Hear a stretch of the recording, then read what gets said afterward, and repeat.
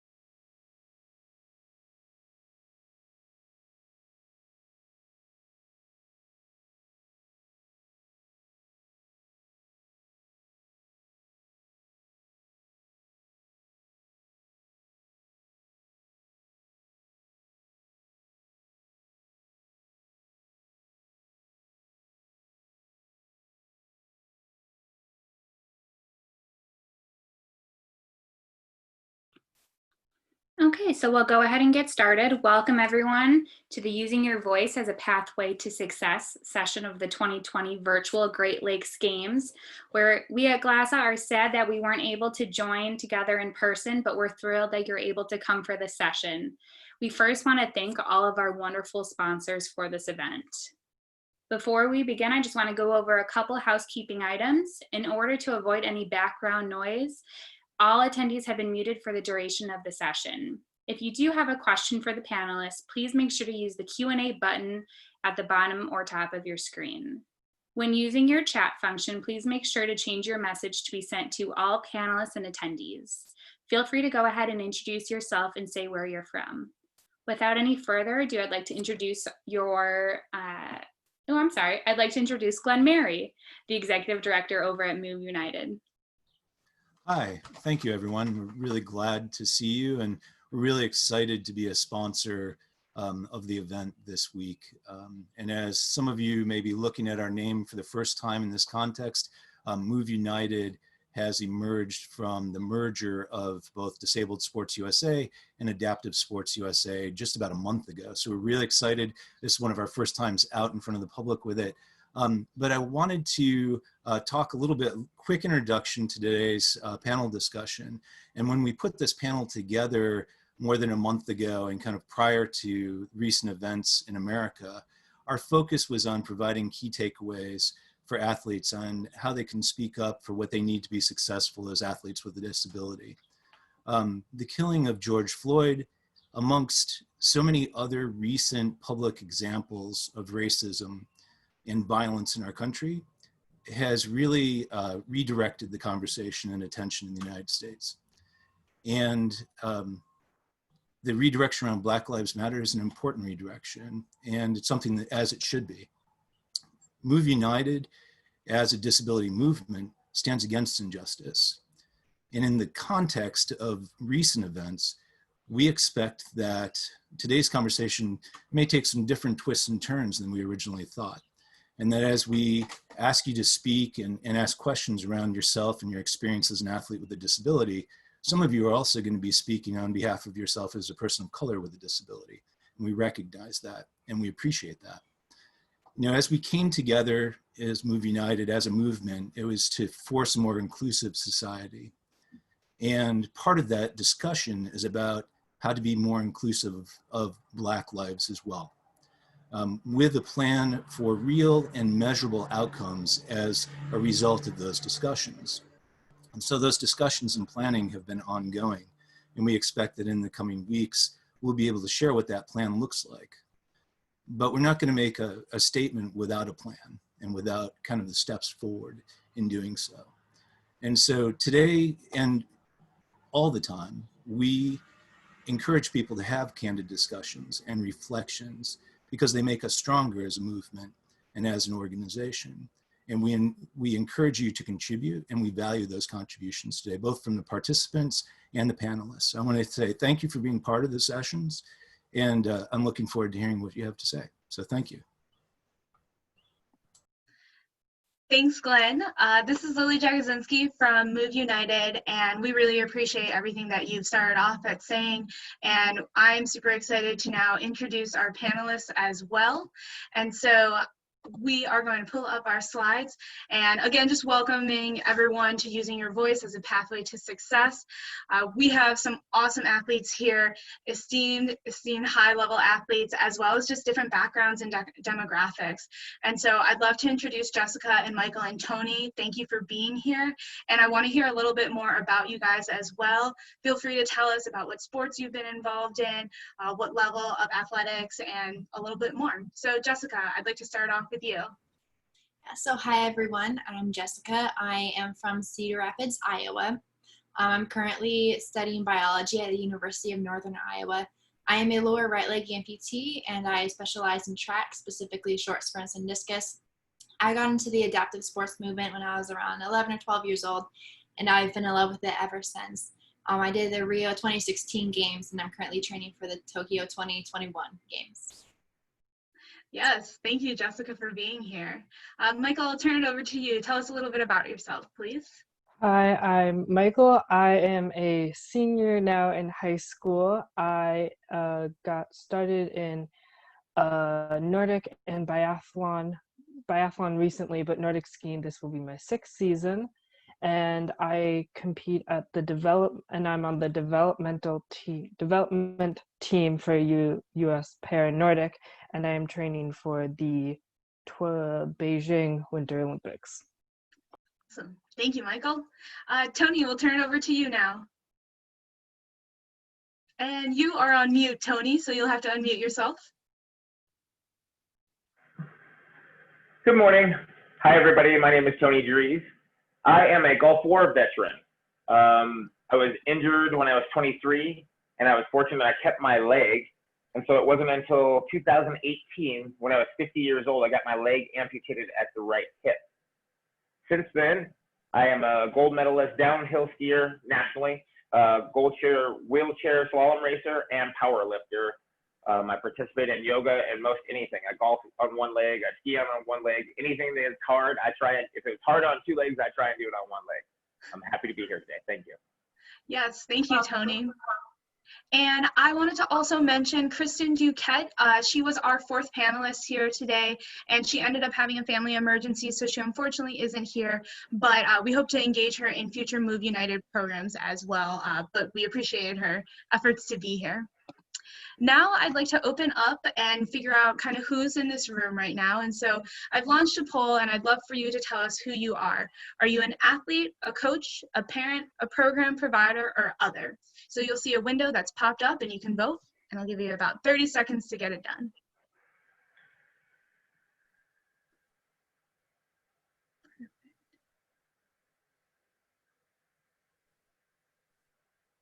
Thank you, everyone. I'll give you about 5 more seconds to get your vote in or poll in. Awesome. All righty. I'm going to end the poll now and share the results. And so we have about 46% of you are athletes who are in this room, and about 46% are program providers, and then a few others. So we really have a lot of athletes here today that want to learn how to use their voice. And we are looking forward to the panelists kind of discussing more. So now I'd love to dive in to each athlete and tell us a little bit more about your experiences.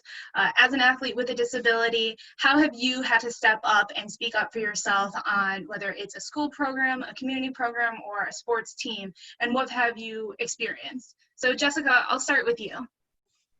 Yeah, so growing up in small town Iowa, I was the only disabled child and disabled athlete through pretty much all through college now. I started off when I joined track. I was on a local team and I was the only disabled person. I didn't know how to advocate for myself, and I didn't know what my needs were and how to deal with that. And then when I got to middle school and high school, it was the same thing again. I was the only disabled athlete. I ran into a few coaches and staff with my schools who were not great at adapting to me and figuring out what I needed. And looking back, there was a lot of miseducation and uneducation on how to deal with disabled and adaptive athletes. I've had the genuine pleasure of finding coaches now that are able to work with me and adapt to that. But it's taken a lot of years for me, unfortunately, to be at that stage and be able to find people who are willing to work as disabled athletes. Thanks, Jessica. And Michael, tell us a little bit about you as well. So in my high school, we don't have, for Nordic skiing, we don't have something called time factoring, which is a certain percentage taken off based upon how disabled you are, essentially, kind of. There's criteria for all of it, but it's a certain percentage off for Nordic skiing, and my conference doesn't have it. And because I'm a varsity athlete, I work really close with one of my coaches on the US para team, Beth Ann Chamberlain, who is advocating for me and to change the rules for not only our conference, our section, and our state to get that so everyone who is adaptive can Nordic ski at an equal playing field. Awesome. And Michael, I'll continue on with yours as well. Is this something that you spoke up for? Was this an idea that you had and brought it to your coach, or how did that come about? So I had been skiing for a while now. So I started skiing when I was like JV development, and the first time I ever got into like the high school like varsity team, I was at the lower end and I wasn't really scoring points for my team, and I really wanted to, and I had a lot of potential. And I was taught, one of my coaches now, she time factored sort of where I would be like, okay, so this is where you would be. And I was like, oh, could we apply it more? And we asked Beth Ann, because she's this great, wonderful person who's like knows what to do. And she was like, yeah, let's do this. We need to get this. But it was very like me just wanting to succeed more and see the level of effort that I'm putting in and see the same result, essentially. Awesome. Thank you for that information. And congratulations for speaking up for yourself on that. Tony, let's turn it over to you.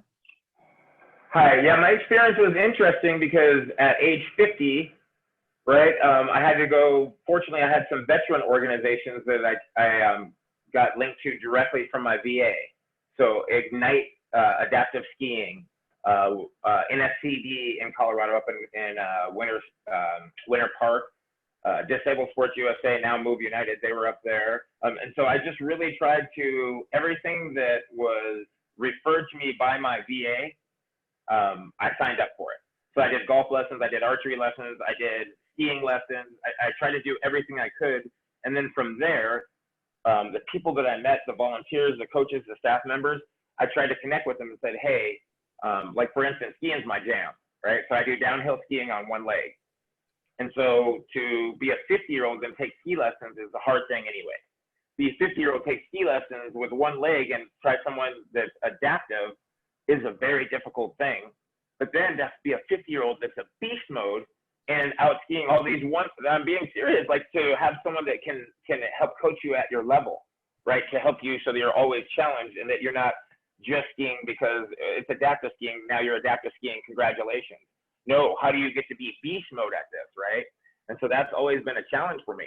And I remember specifically in my ski instruction, every week I'd have a different ski instructor, sometimes twice in one day, right? Like I'd wear them out and they'd go get another one. And I really appreciated the fact that they didn't try and slow me down for their program parameters.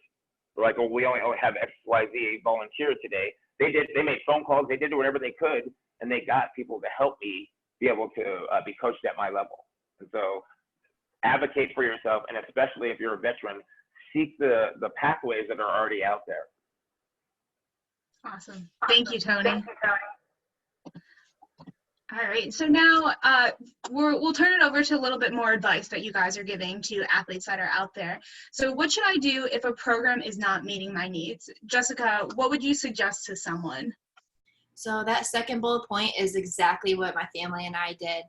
Creating a list was so important for me. I could come home from a practice and I could write down things that did work and things that did not work and figure out what I needed to adapt to. And getting into a community online of other disabled athletes, I really was able to talk with them and say, what works for you, what doesn't work for you, how have you adapted to this? So I could bring that list to my coaches and say, this isn't going to work. I need to find something other way to do this.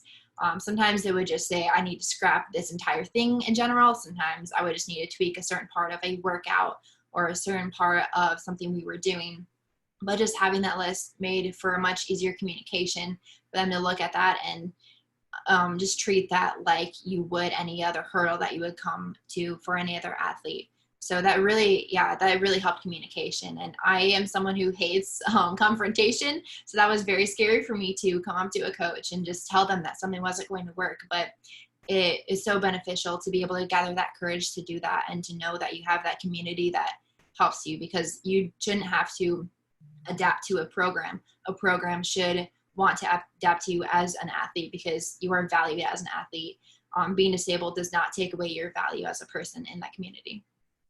Yes, Jessica, thank you. Michael, we'll turn it over to you. What should I do if a program is not meeting my needs? I would say communicate a lot. There was a lot of communication between me and not only like my parents, like through my parents, because I myself also don't like confrontation, but it was also like me trying to advocate to the coach, like, okay, my shins are hurting from this 3-hour long ski. And my coaches are like, wait, you don't use poles to ski. Maybe you shouldn't ski for 3 hours. Like, that's insane for anyone, especially for a no pole athlete. So for me to communicate, like, what am I feeling? How is my body reacting to these different stressors is very important, because I'm an adaptive athlete, and because I don't use poles, that means my body is going to react differently than other athletes. And that stressing my body properly is what we want. And if we stress it wrong, that would be bad. So communicate with your coaches, your teachers, your parents, just everything, how you're feeling that day too is also very important. Nice. Yes, thank you, Michael. Tony, what about you? I'm a military guy, so we're like the opposite. And so what I would say to my veteran athletes, as you find yourself getting frustrated, and you may, be calm. It's not personal. If there's an error or an opportunity in a program, it's your privilege to say, hey, could we do this? Or I think this, or maybe this would help, right? And so it's been my privilege to help kind of navigate this thing and see, like, the program organizers and the people who are doing it, they want for you to succeed. So just take your time. Don't be frustrated with yourself either. Like, I came from this is special, like, I was injured. So I went from being a beast mode. Now I'm amputated. Now how do I beast mode again, right? And so you have to stay calm. You have to be patient. And so that's the thing I would say to the warrior athletes is don't over-engage. Take your time, reflect, take the lesson. I find myself being frustrated, right? There was times I was just frustrated, plain frustrated. And I had to sit there and just, wait a minute, I'm supposed to be having fun, right? Like, I'm skiing. And I had to remind myself, like, hey, this is sport. And so there was, take your time, right? As they don't like to engage, we like to engage a little bit more. We're trained to engage. And so I would say temper that engagement for the civilians and sometimes in some cases, youth that you're working around, temper it. Absolutely. Thank you. I like how you guys both talked about the emotional side as well. Jessica, I'm going to come to you about the list portion.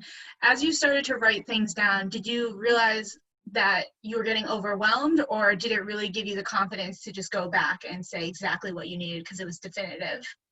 A little bit of both. Just writing it down can be emotional because you see all the ways that you are quote unquote different from other athletes, and it can feel overwhelming thinking, oh my gosh, no coach is going to want to deal with this. I'm asking too much.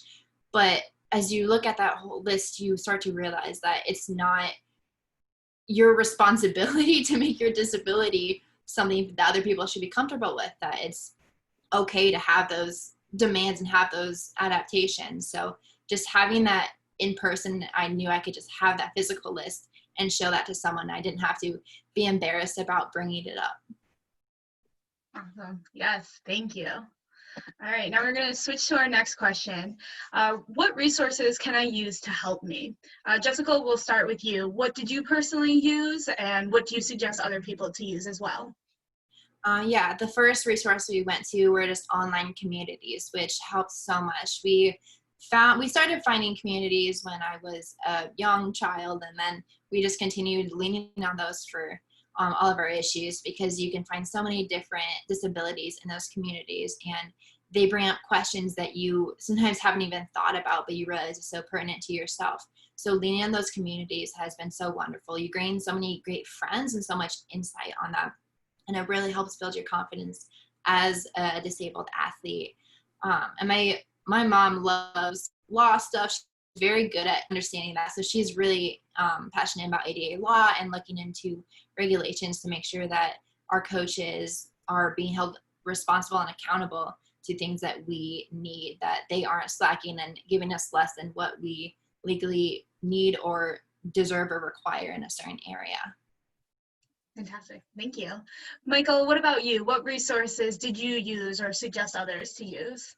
The first resource I ever got was from a parent/athlete. So they were my friends, and they are really huge Nordic skiers, and they were the first people that were like, you can Nordic ski without poles, it's possible. And they hooked me up with Beth Ann, who also was a coach, who also coached back then. So, and I just kind of talked to my high school coach to see if I could join and like what they were going to do, if I should like join high school or not. I did try it. It was fun, and it's a lot of work. And my coaches also go to different adaptive just like exercises for coaches to figure out like next steps, what they want to do for all training for everyone. So that's really fun. Nice. That's awesome to hear that coaches are taking the extra step to learn a little bit more about themselves and what they can help athletes do. So that's great to hear. Tony, what about you? What resources do you suggest people to use? I think if you want to have a successful athletic life and you're a veteran, go to the VA and meet your rec therapist. Make friends with them. Like hang out with your rec therapist. They are so well connected. They're connected to resources that are they're not listed somewhere online. They might know the guy and have the number, and then all of a sudden you skip the whole line, right? And then the other recommendation I'd say is while you're out training, don't take your battle buddy with you. Go to these sports, especially if you're new in them, and try and meet a battle buddy there. Someone that's on the same level as you, that's trying to learn at the same time as you. It's very, very healing and very cathartic for warriors to be in that kind of learning environment. It's very much like being in the military. So that's my recommendation. Nice. And Tony, I'll stick with you as well. What resources did you specifically use when you were going through everything? You were going through surgeries, you were going through debating on what sports to do and whatnot. How about your personal experience? So my personal experience, I'll get you up to speed real quick. In 1991, I was in a barracks, got hit with a Scud missile. I had 58 surgeries to save my leg then. I was 23 years old. In my late 40s, I had some issues with that war wound, and then eventually in my 50s, when I turned 50, after having a couple bouts with cancer, they had to cut my leg off. So prior to cutting my leg off, I was in the amputee clinic. I was in talking to the chief of amputees, and I said, hey, this is the one opportunity I have in my life to be an adaptive champion, right? Like I know I get to, all they're gonna do is cut my leg off, right? They're not gonna cut out my spirit, they're not gonna cut out my warrior, all they're gonna do is cut my leg off, and that's not gonna bother me. So what do I do so that on the other side, I can maximize this? And so we kind of planned it. So literally 6 months after I got out of the hospital, I got my leg cut off in February of 18. 4 months after that, I was out. I'm a motivational speaker. I was out doing fundraisers. And then as soon as it snowed, that was my first season. And I went to Winter Sports Clinic, and I was the fastest one in my category. And it's just from kind of saying, I'm here now. I hope to be there at some point. What are the steps in between? And just make them really small.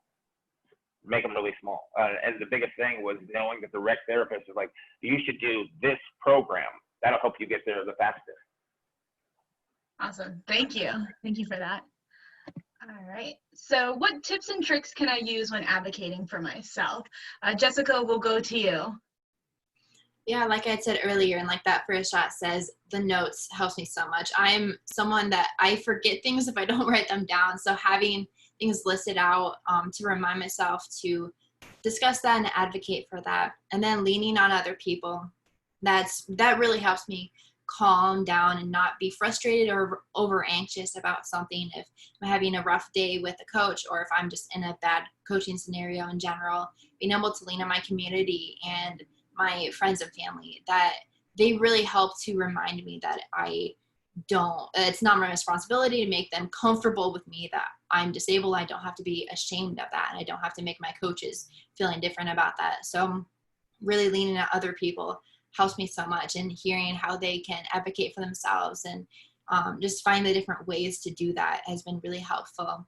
They help build my confidence and allow me to have that ability and have that strength to do that. Nice.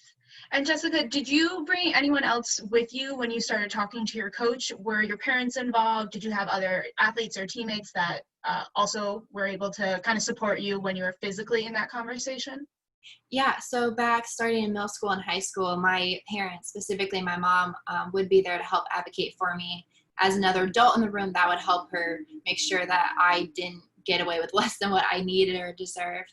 And then now that I'm in college, I am much more comfortable speaking alone with the coach about it, but I know I have my teammates that are so supportive of me, and I can lean on them if I need them to help me discuss something with a coach.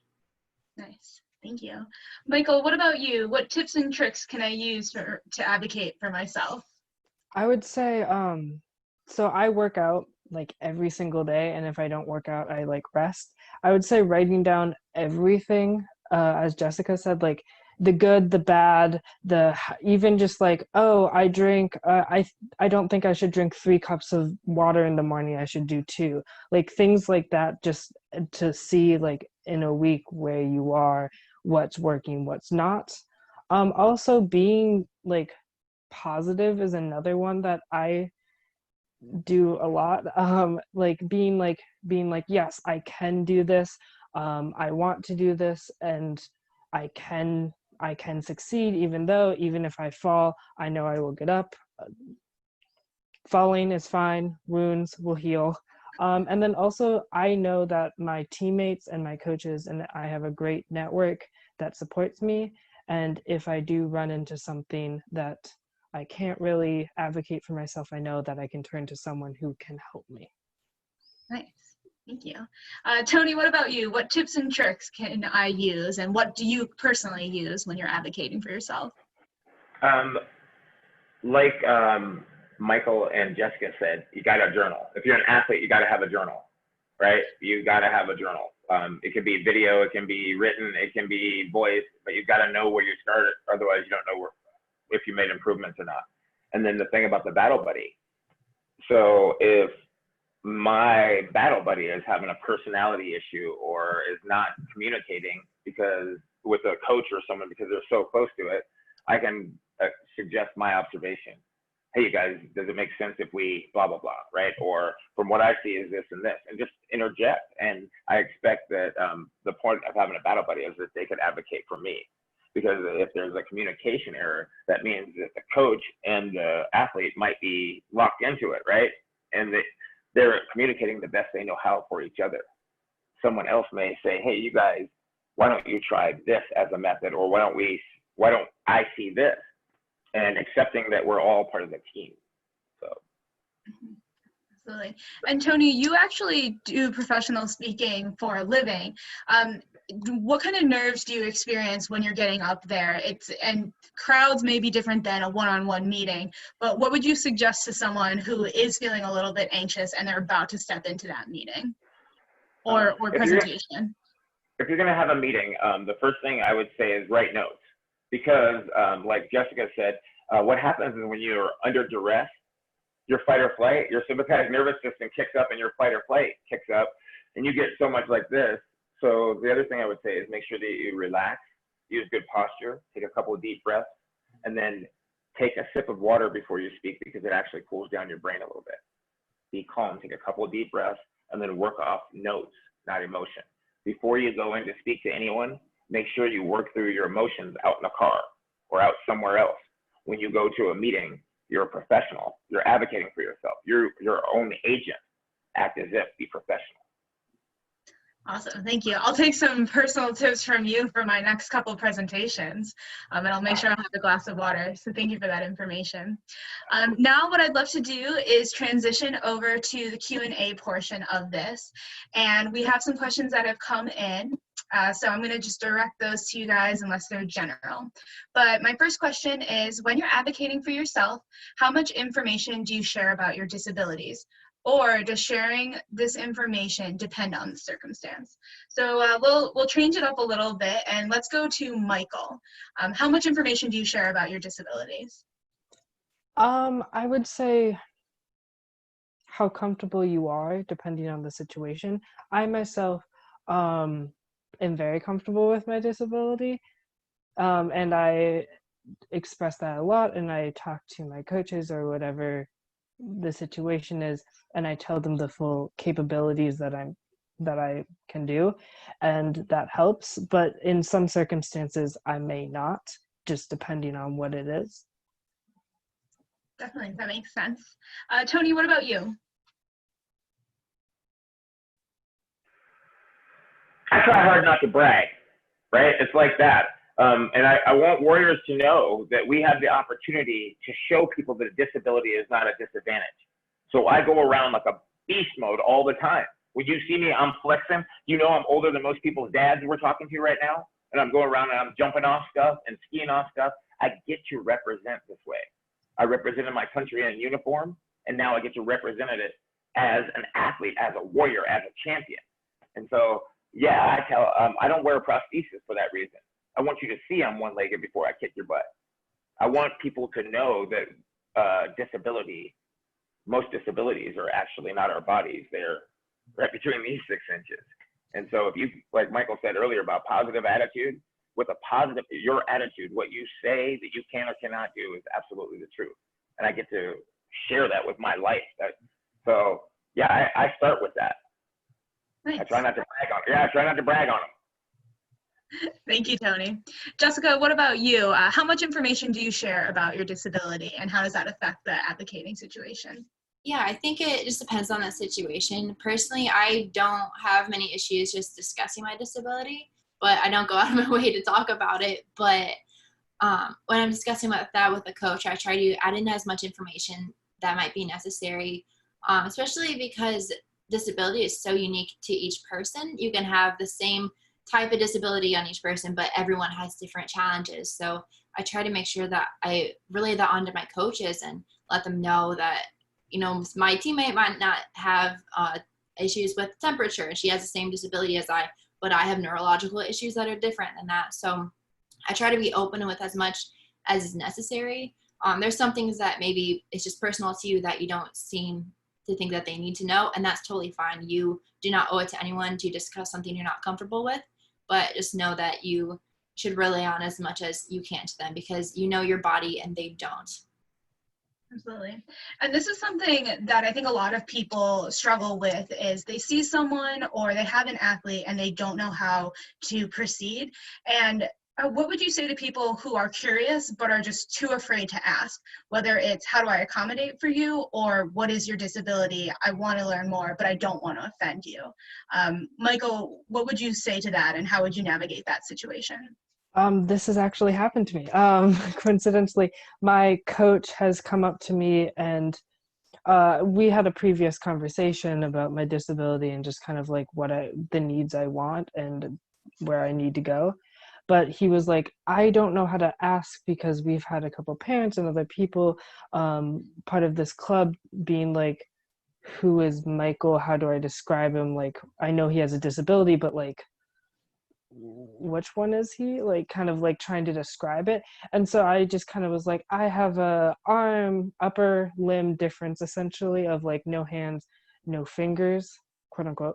And so I was just like, you can tell them that I'm an adaptive athlete and I am open to questions, because questions to me is better than assuming things. Yes, absolutely. Tony, we'll go to you next. I'm kind of the same way like Michael. Like I just go right at it. Like I said, it's a unique situation for me because I've been on both sides, right? Like I was a beast mode, and then I served my country, and then now I'm not a beast mode, or I'm just a different beast mode, right? And so it's just a difference. And I don't think folks that aren't around adaptive athletes and around people with disabilities know that we're beast mode. They think that we're maybe fragile, or they think that, right, like, or that we're not cognitively lucid, or like and so I get to break those stereotypes, right? And so every second of every day of my life, although it seems like I'm ferociously independent, I'm not independent. I'm like a live movie for people. Like even my neighbors come by and go, "Hey man, you're really inspiration," right? Like, and they got 2 legs. We get to do that. We get to be that as athletes and as warriors. And so when we go about it that way, it's a different ride, man. It's really an honor. It's really a prestigious ride, and that's what I'm experiencing. Thank you. And Jessica, same question will go to you about questions and how have you navigated that situation before? Yeah, so for me, as a general rule, I tell people that it's okay to ask questions, but just know that you might not get a response or the response that you want. For some people, if a stranger comes up to them and asks them, it's not comfortable to talk about that, or if they're not close with a person, it might be uncomfortable or bring up bad memories for them.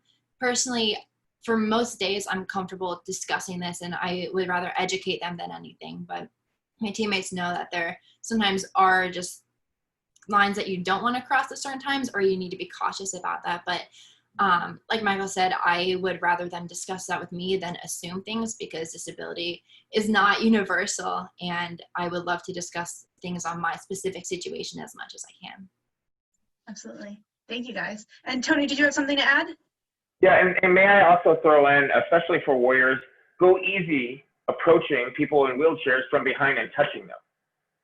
That's what a lot of people do, and their intentions are, I just wanted to, and how it's sometimes perceived is, you think you have power over me, that's why you're touching me. Because when I was 6 foot tall and 200 pounds, strangers didn't walk up and put their hands on me, right? And so go easy on that. If you want to have a conversation, come up and shake my hand like a man or like a human being. Treat me like you would ordinarily, and then you can ask me anything.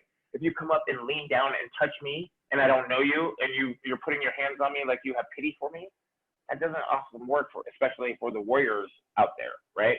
We're transitioning, and we're trying to get our minds around this too. And so the questions help us heal. Condescension, and platitudes don't, right? We're in there trying to deal with that battle. So just approach us straight up and say, "Hey, thank you for your service. What happened? What's your deal?" Right? Absolutely. Thank you. It's always good to be direct in a polite manner, and disability etiquette, we know, is something that a lot of people lack, and that's okay as long as you're trying to educate. So I think what you guys talked about is don't assume, come and talk to me is awesome. So thank you for that information. I have another question here. It says, do you have any good advice when the coach is not supportive of the athlete with the disability? Positive advocating when the coach is not supportive is not easy. So let's go to Tony. We'll start with you. What advice do you have if someone is not being supportive as of right now, and how can they change that? Depending on what your resources are. Honestly, like I said, sometimes communication styles just don't go together. And depending on the emotional intelligence of the coach as well as the athlete, sometimes you just can't get there. If you have the ability, maybe you look at a different team. Even look at a different sport for a second and check in. Like, no, I really want to do, okay, so then what are you willing to do this, right? That's on your side. And then on the other side, more advocacy. You got to bring the heat. That's why we have a chain of command. And so if Jessica starts and then her mom helps, and if that doesn't get it done, then we're into the big guns already, right? Like the next thing is we have to go get some kind of outside advocacy. It's imperative, right? And so check yourself to make sure you're not the problem. And if it's personalities or if it's being denied access, there's difference. right? You don't have to like your coach. You have to follow what they ask you to do so that you can optimize potentially. If you don't feel like they have your best interest in mind, then you need to advocate for yourself and consider your options. Maybe this is the best team. Maybe the coach has to go. That sometimes happens. But most likely, there can be a solution locally if all parties understand what they have vested in the game. Yes, thank you. Jessica, we'll turn it over to you. What advice do you have for a coach who's not supportive? Yeah, so I've had a few different coaches throughout my years that have been fairly unsupportive of me, and I've had to learn to go from the positive, happy advocating to more of a strict advocating and tell them that, like, straight up, I'm just as valued, or I should be just as valued as an athlete as anyone else, and not be afraid to sort of tell them the hard truth about it. You know, I don't like, as I said, don't like confrontation, don't like telling people that I feel mistreated, but there are times where you need to do that, and it's not going to get it through their mind just by kind of skating by it. So yeah, it can't be sugar-coated, and it's not easy to go through that. I, in high school, ended up having to find coaches on the outside of my high school team that would be able to help me, because my high school team did not, some athletes and some coaches just were not good with supporting me and advocating for me. So I was able to thankfully find someone on the outside. And like Tony said, there hopefully are people and places in the area that you can go for other coaching. There's not always a vast availability, but it does not hurt to look into other options than what you have, because you deserve better than that. Absolutely, thank you.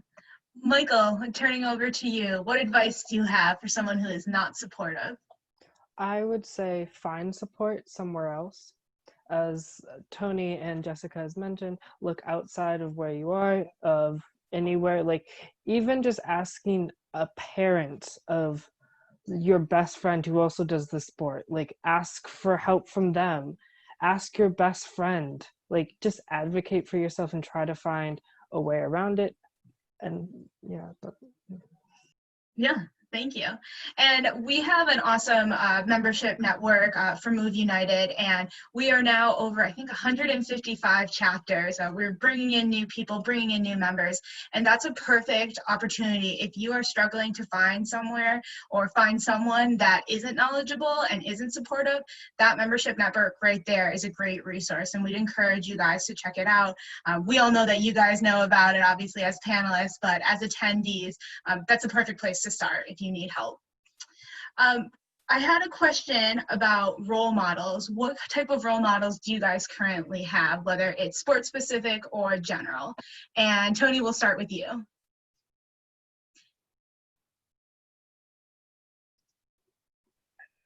Man, that's a great question, Lily. My role models are much younger now.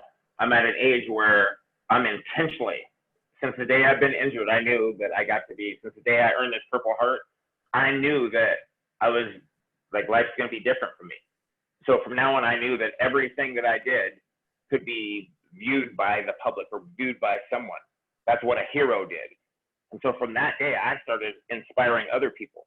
So the people that inspire me are the kids, are the people that keep their purity of the sport, their purity of life. People that have gone through life, I meet warriors, I meet people that have had disabilities, that have been born with them, they've navigated this stuff their whole life. And when I meet them, folks like Jessica and Michael, and when they shine, and other ones, like I hung around the E group just here in Mount Stowe in February for a week. Those are my inspirations, right? Hanging around the people that are getting it, hanging around the people. There was a warrior that had some fear, and I watched him overcome it on the mountain. That's my inspiration, right? That, like, stuff like that, you don't get to, like, how do you quantify that? And so those are my mentors or my role models, are people that are entering into this adaptive thing. It's fearful, and there's no other way to say it. You are terrified. The first time I strapped on a ski, I was terrified. So the people that are that show the fortitude in spite of the fear to go on, and that's my inspiration. That's why I get up every day. Thank you.